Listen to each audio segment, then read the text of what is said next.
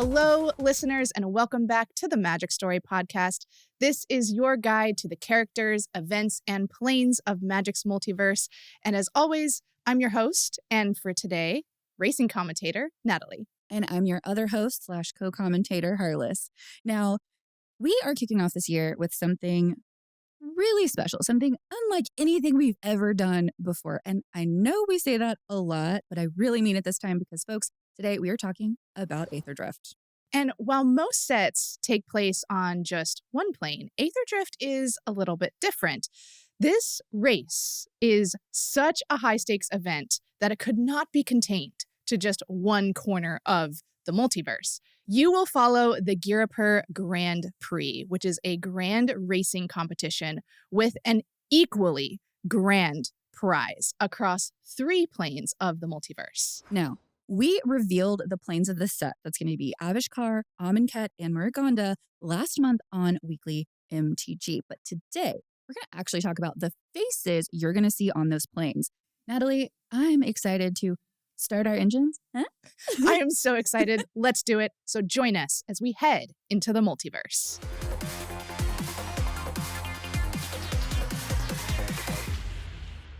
Today, we are talking about the Guidelight Grand Prix, which is the central event of Aetherdrift. There are 10 racing teams from across the planes, all battling for interplanar glory. And that's what makes Aetherdrift so exciting. Often, sets will focus on just like a certain plane or zooming in into one corner of the action, right? But this is taking the more event-focused storytelling like we've seen before in like War of the Spark or March of the Machine, and applying it to essentially an epic battle of speed and skill. And it doesn't hurt that Chandra, my personal favorite planeswalker, is the face of it. Now, she is leading her racing team in the fiery fashion you would expect from Aetherspark's finest pyromancer. But she's not just doing it for the glory. She is hoping to win the Aetherspark, which is a synthetic planeswalker spark for her partner, Nissa, who was once a planeswalker in her own right. After Nissa, like many of the planeswalkers after the events of the Phyrexian invasion, lost her spark, Chandra has really been on a mission for finding a way to reignite their plane-spanning adventures together. It sounds like Chandra's going to be a force to be reckoned with on the battlefield and on the racetrack. But it's not going to be easy. She and her team of racers are going to have to outwit, outrace, outmaneuver all of the other racing teams vying for the same prize. To help break this all down, we've put out a call through the Omen Paths and brought Miguel Lopez, world-building game designer and Aetherdrift aficionado. Miguel, thank you for joining us once again on the Magic Story Podcast. Happy to have you back. Hi, everyone. Thanks for having me back. I'm super excited to be here. Just for some backgrounds, I was the set lead on this set. And I'm a world building set lead here at Magic. That basically means, for those who aren't super well read in yet, I work with both the art and design teams to move our sets from basically numbers and blank squares in a database all the way to our final, playable, collectible, ideally seamless as possible product. It's my job to work with an art designer and a game design lead to ensure that our art,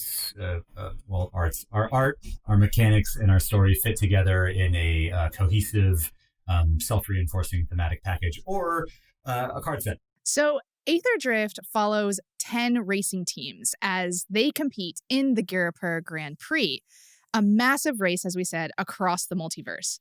But Miguel, I'm curious, and I'm sure our listeners are too.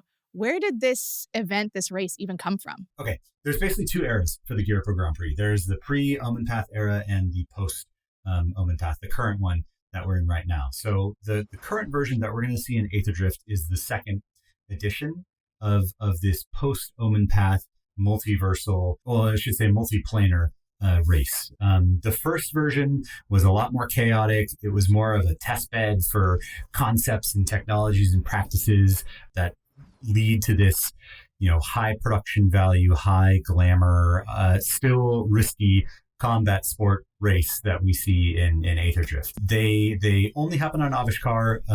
They were underground racing, not literally underground, but underground in sort of the cool way, run by a counterculture group called the New Culture Collective. This was a group that the consulate, which is the old government on Girapur, deemed criminal. This was like the New Culture Collective basically collected students, laborers, engineers, artists, intellectuals, and the rest of citizens of Avishkar who found a common goal and common ground in their opposition to the consulate. And this underground street racing scene was their recruiting tool. It was the way that they made themselves seem cool and exciting, because it was cool and exciting. This has been around for a while, and during the Phyrexian invasion, the New Culture Collective really moved from an underground counterculture group to an active political manifestation. They did side with the consulate, right? Because everyone on Avishkar did to fight off the Phyrexians. They put their couriers and their pilots and their engineers to work as scouts, as search and rescue first responders, as fast attack guerrilla forces, and fighters against the Phyrexians. In this effort, they were successful. They became folk heroes. So in the wake of the invasion, together with the rest of Avishkar's survivors, they used the momentum of victory to mount a largely bloodless revolution. And I should say, this is not the Aether Revolt that we saw in the card set. This is the thing that, if you go read the Planeswalker's Guide, you'll also hear about it, hear it discussed in the card set. This is called the Indigo Revolution. It's just the color of the armbands that they wore to distinguish themselves. So this revolution is successful. It tears down the old consulate and replaces it with a thing called the People's Assembly, or the Avishkar Assembly, which is now the current government on Avishkar. One of its responsibilities is running the now sanctioned, approved Girapur Grand Prix across the multiverse with, like I said, full approval from the Avishkar Assembly. Awesome. It sounds like we're getting some pretty massive ripples from the Phyrexian invasion here, as well as we've seen in other places across the multiverse. But it sounds like Avishkar was really able to dramatically remake itself following March of the Machine, so much so that they became a multiversal source of innovation. Yeah, the invasion was clearly a turning point in Magic, and we've talked a lot about that on the podcast. I mean, we have stuff like Niv Mizzet's Planar Relay, for example, or Valgavoth on Duskmourn capturing more and more people, and all of these are cascading effects from Phyrexia. And this post-invasion era in Magic story has been so cool to see. And, well, I'll caveat that. It's cool if you're a player. If you're someone trapped on Duskmourn, maybe not so much. Not as much, yeah, for sure. Well, speaking of Duskmourn, we have a few familiar faces from across the multiverse competing in this iteration of the Girapur Grand Prix. And I think we ought to start with the people of Avishkar themselves, the Aether Rangers. Yeah, Avishkar is a fascinating plane, fueled by the magical transcendent energy of Aether, and it's a substance that permeates the multiverse. Avishkar is a plane rife with Aether, and the Aether Rangers have harnessed that energy with their vehicles. And so, Miguel, I'm curious, how are the Rangers planning to use that during the Grand Prix? Well, hopefully to drive them to victory. The Aether Rangers are Avishkar's flagship team. Teams use all types of different, locomotion. So the Aether Rangers, their vehicles hover just off the ground, making them good for, any terrain that they might encounter in the course of the race. So their chief engineer and public representative is Pia Nalar, and their sort of iconic star pilot is a new character who is named Spitfire. They have a real name. Spitfire is their racing persona, and the story will dive into more of why that racing persona exists, and B, who this person is. For this podcast, to not step on the story, Spitfire is the name you need to know.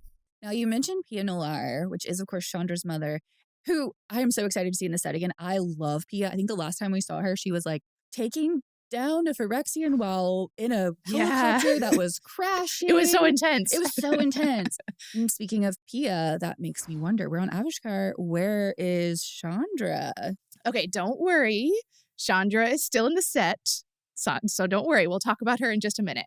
But she isn't actually racing with who you would think. And for now, let's really quickly talk about the other team representing one of the race's destinations, and that's the champions of Amonkhet. So the last time we were on Amonkhet, the protective barrier around the central city had fallen along with several of the gods, leaving characters like Bazarket to really just rally the people of the plane. And judging by their appearance here, they're doing better.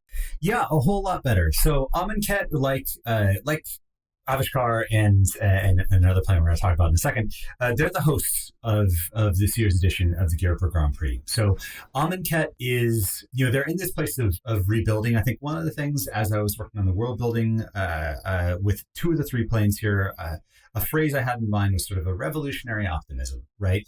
Amonkhet, like Avishkar, they're sending a team to the race that is attempting to, competes with that optimism, right? Rebuilding the plane is not just the brick by brick rebuilding, but it's also shoring up hope and a sense of purpose. And sport is one aspect in which Amonkhet is like, yeah, we have the resources to send some folks here to do this, to engage in it. So they've sent this team, the champions of Amonkhet. I should say the team has 2 co-captains. One is Bazarket, who is a known figure, a sort of people's champion of Amonkhet, a consummate warrior who uses sand magic in defense of the plane. And his co-captain is champion Zahur.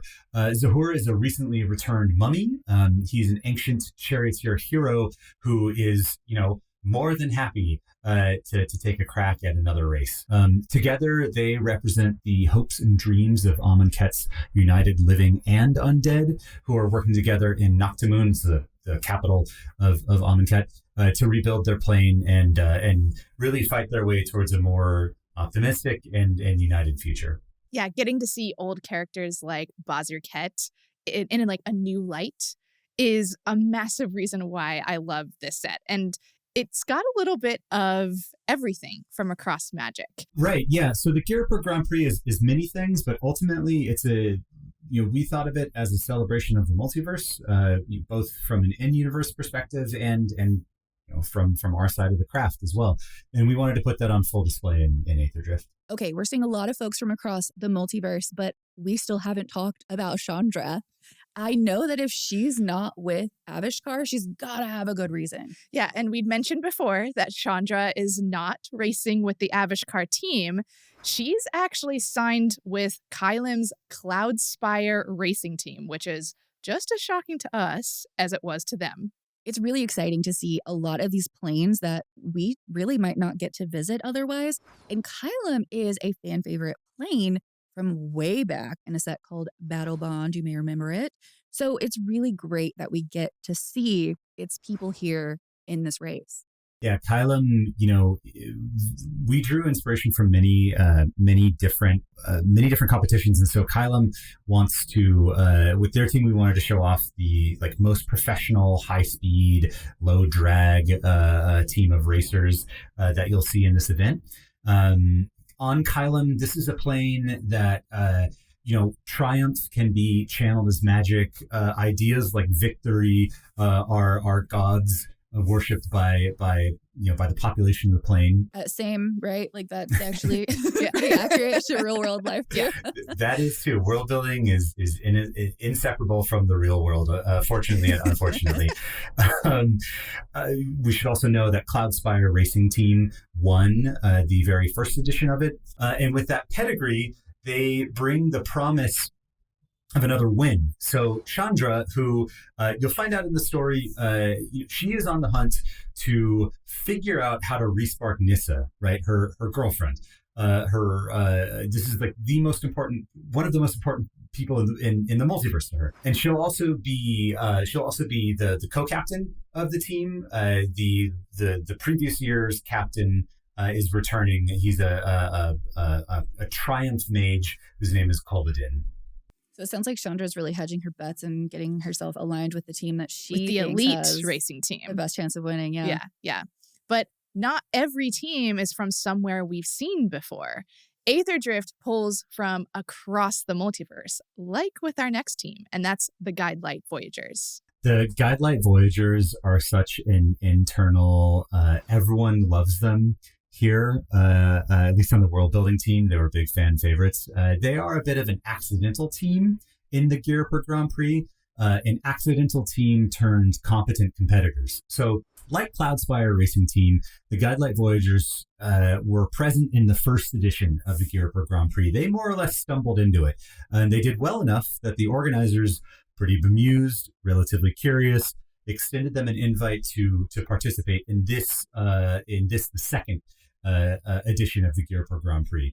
And to the surprise of really everyone, they accepted. So what the Voyagers didn't tell folks, though, is that they're competing in this race not necessarily to win, but to go through as many stable omen paths at a high enough rate that they can, so that they might trigger an anomaly similar to the one that initially tore them from their homeland and dumped them on Avishkar.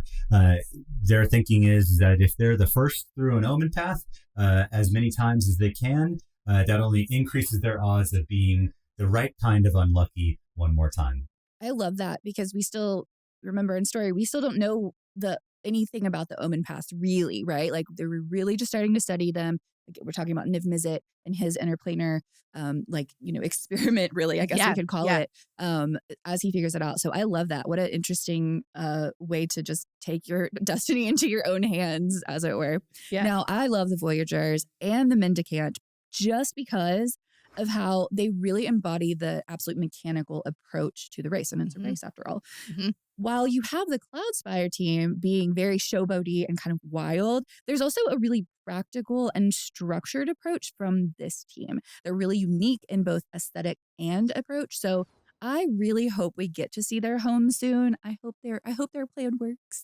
Me too.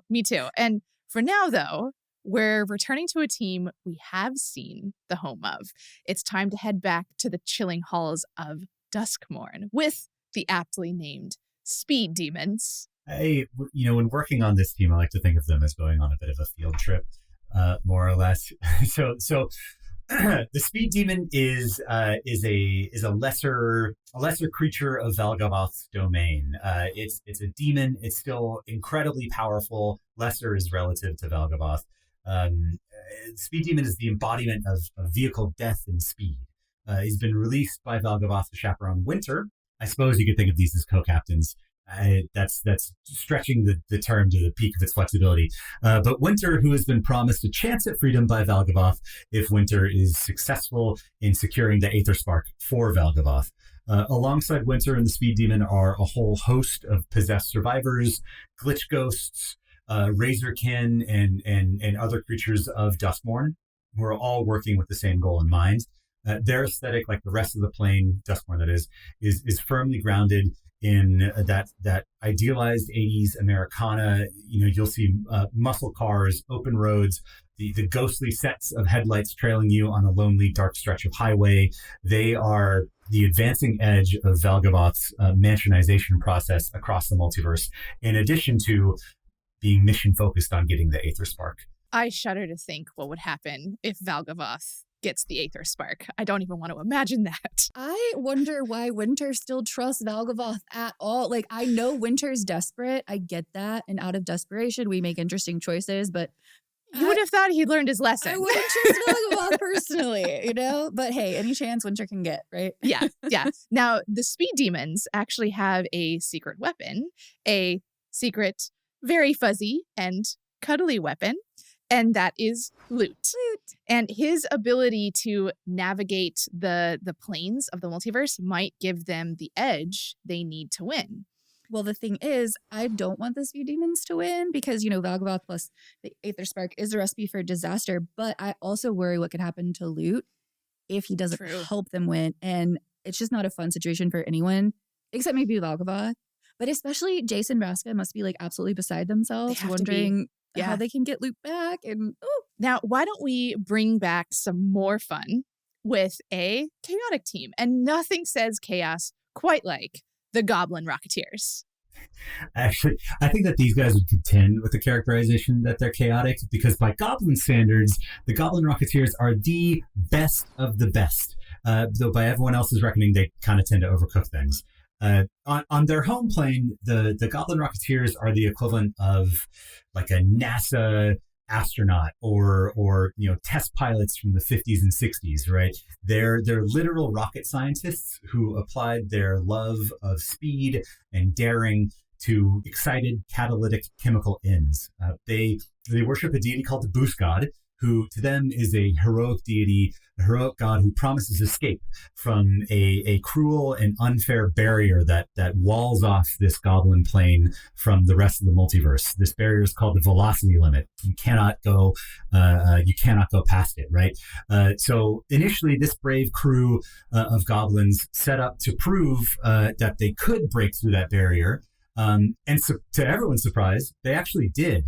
They punched straight through it and found themselves via Omen Path on Aetherspark. So now they want to, of course, race, of course, go fast, but ultimately, like a lot of other teams, find their way back home with the Aetherspark to prove to their people that their mission was a success, and that the Boost God's favor is real, and that you can, if you simply send it hard enough, break the velocity limit. I have to say, a group of goblins that worship something called the Boost God, what's not to love? That's very on brand. Actually, real quick, it's called Boost God. It's all caps. The goblins can tell if you don't say it in all caps. Of course, it has to be the Breach's voice, right? Like Exactly. all caps. Yes. They'll know. What was it? What did Breaches say? Boost God? Boost God? Also, if I've learned anything from Magic story, it's never underestimate a goblin, right? Yes, They're- 1,000%. So they're gonna be something to be contended with for sure. Now, I believe the Rocketeers aren't the only team fervently devoted to a cause. So let's talk for a minute about the Alacrian Quick Beasts. Yeah, sure. So the Quick Beasts are a team from a plane linked to Aetherspark via a stable Omen Path. Alacrian is a vast city which is composed of more than a dozen unique districts. Each district has a mascot. They call it a soul of the district that is embodied in a great beast unique to that plane that serves as a mascot for that district as well. Each beast has a human counterpart, usually soul-linked, but in rare cases, these bonds can be forged or reforged or discovered. Alacrian has a strong tournament and sporting tradition. So with this stable Omen Path, with this chance at this really grand sporting event, they sent a team through to participate. We'll see them in Aetherdrift represented by the co-captains Kreider, who's a young and talented rider, and Alacrian, who is the mighty soul, the Quick Beast chosen to represent Alacrian's united districts. Now, I'm most intrigued by the leaders of the Quick Beasts, Kreider and Ligorin. We actually saw Kreider a few months ago when Mbare Evans cosplayed her at MagicCon Las Vegas. We had a few cosplayers basically take on characters from Aetherdrift, and seeing this character come to life was really cool. And reminder, the next MagicCon is in February at MagicCon Chicago. So exciting. Kreider and her Quick Beast companion, Ligorin, originally weren't bonded together, but something tragic happened that brought them together. It's the classic who rescued who kind of story. The Quick Beasts also show the diverse kind of vehicles that we see in this race, something that is also going to show up in our next team. So Miguel, can you kindly tell us about our insectile friends, the Speed Brood? Happily, bugs are friends. Speed Brood is genuinely one of my favorite teams in the Grand Prix. They're a unique clutch of humanoid insects who, to sum it up, seek to become speed itself. They grow from small grubs aspiring to become radians. A radian is a title among the Speed Brood that indicates one is a leader who is on a ballistic path towards becoming sort of the next stage of Speed Brood evolution. The living heart of a brood vehicle, which is, we'll see them in the card set. These are living aether-fueled machines that metamorphosized from the Radiant, who donates their body and soul to grow into it, becoming the sort of apotheosis of what every member of the Brood desires to be, which is a vessel for speed itself. Yeah, I know the Speed Brood is going to be some folks' favorite team. They take this abstract concept, right? The race and quest for speed, and they turn it into something physical. And that's the kind of amazing storytelling that Magic does so well. Yeah, it actually harkens back a little bit to Duskmourn and how the world building team was able to kind of physically and in art represent types of fear. Yeah. I love that. Yeah. It's so great. Yeah. And speaking of favorites, I know this next one is one of the world building team's special creations. Miguel, would you do us the honor of telling us about the keelhaulers? Yeah, the keelhaulers. So this is a rough and tumble crew of interplanar shark person pirates and their hangers-on, sometimes literally, fish folk and other benthic baddies that they've recruited in their voyages across the Omen paths. The keelhaulers are far from home, but that's great. They're used to that. They're eager to plunder, to eat, to breathe aether. They're a new team to the race. And were granted entry after being sponsored by Kari Zev, who is a famous pirate on Avishkar, for reasons known only to her. And we know that the keelhaulers are not going it alone. They've employed characters, as you said, Miguel, Kari Zev and Ragavan, as guides in this race. And with those two and their captain, named Howler, amazing name, to guide them, they're definitely going to make a splash. And that brings us to our final team. These racers are a ruthless group who have been hardened by the Phyrexian invasion. They've learned that if the multiverse is going to come after them, then they're going to fight back. That's right. It is the Endriders, which is another great name. I should say Captain Howler and the Endriders are two names that I wrote in the world building placeholder document that made it all the way to the end. I'm very happy with Amazing. that. Usually that doesn't happen. It gets changed. Thank you. Usually that gets changed in creative text, but I'm happy those ones made it through. Me too. When you get it right, you get it right? Yeah. Yeah. Sometimes, you hit the called shot. So the Endriders, right. I should talk about the Endriders. The Endriders are a crew of survivors from Gastal, which is an apocalyptic plane of gas, of scorpion dragon warlords. I believe we saw the first one of those back in Outlaws of Thunder Junction. Road warriors and colossal cataclysmic weather events. The Endriders have followed their leader, a daring and brave warrior named Far Fortune, through a momentary omen path that dropped them on Avishkar, where they have found, much to their surprise, little to no gasoline, which they used to fuel. Well, I should say they used to fuel their vehicles. Now it's Aether, it's other stuff that they have that's plentiful in this portion, this area of the multiverse. But plenty of their most precious resource, which is just fresh, clean water. Gastal, like I said, it's ravaged. It's a plane of cataclysms, and it's gripped by water wars, owing to the scarcity of clean water. And if Far Fortune were to win, if she and her team were to win the Grand Prix and take the Aetherspark, maybe they could literally open the floodgates and save Gastal, or at least dictate how Gastal is run when they return. Is there a reason people are so adverse to gas and oil now? How strange. I think that's for the reader to pick up what we're trying to put down over here. Yeah. A lot of the art we've seen of the Endriders is, I'll admit, pretty imposing, and I'm excited to see them in action, but I'm also a little scared about what this means for our heroes. Well, you won't have to wait long. Aetherdrift story starts soon, and we'll be narrating and recapping the events right here on the Magic Story Podcast.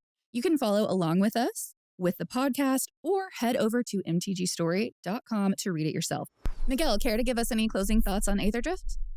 Yeah, actually, I'd love to talk for a second about Muraganda. So Muraganda is the third plane featured in Aetherdrift. As part of the early world building, we do, as we're sort of figuring out the focus of the set, we do pretty deep dives on any plane. For this one, we got to do it on 3. That was our assignment. And so for Muraganda, we really took a an extended look at what a single region, a single like fully fleshed out vertical slice of Miragana would look like, expressed in all 5 colors of magic. Like, all that being said, it's really just the tip of the iceberg for what we drew up, what we worked on in the early world building. I would really want to show it to folks, but it's in concept stages right now. It's not final. The stuff we cooked up is just so cool, and again, I should like take off my employee hat for a second, because I cannot promise anything about where we're going in the future. But as a world builder, I really do hope that we get to, for all these planes that we visit in Aetherdrift, but certainly Miraganda, get to go there in full someday and check out, show off what we were able to work on. It's a good problem to have, having too many good planes that we want to visit, right? Oh, it makes our job easier down the line when we find out that, hey, we have to go to Miraganda someday. Well, I am so excited for Aetherdrift, and you can put the pedal to the metal with Aetherdrift when the set comes out on February 14th. And if you want a head start, check out your local game store's pre-release starting on February 7th. Aetherdrift is available for pre-order now from your local game store, online retailers like Amazon, and elsewhere magic products are sold. Links are in the description.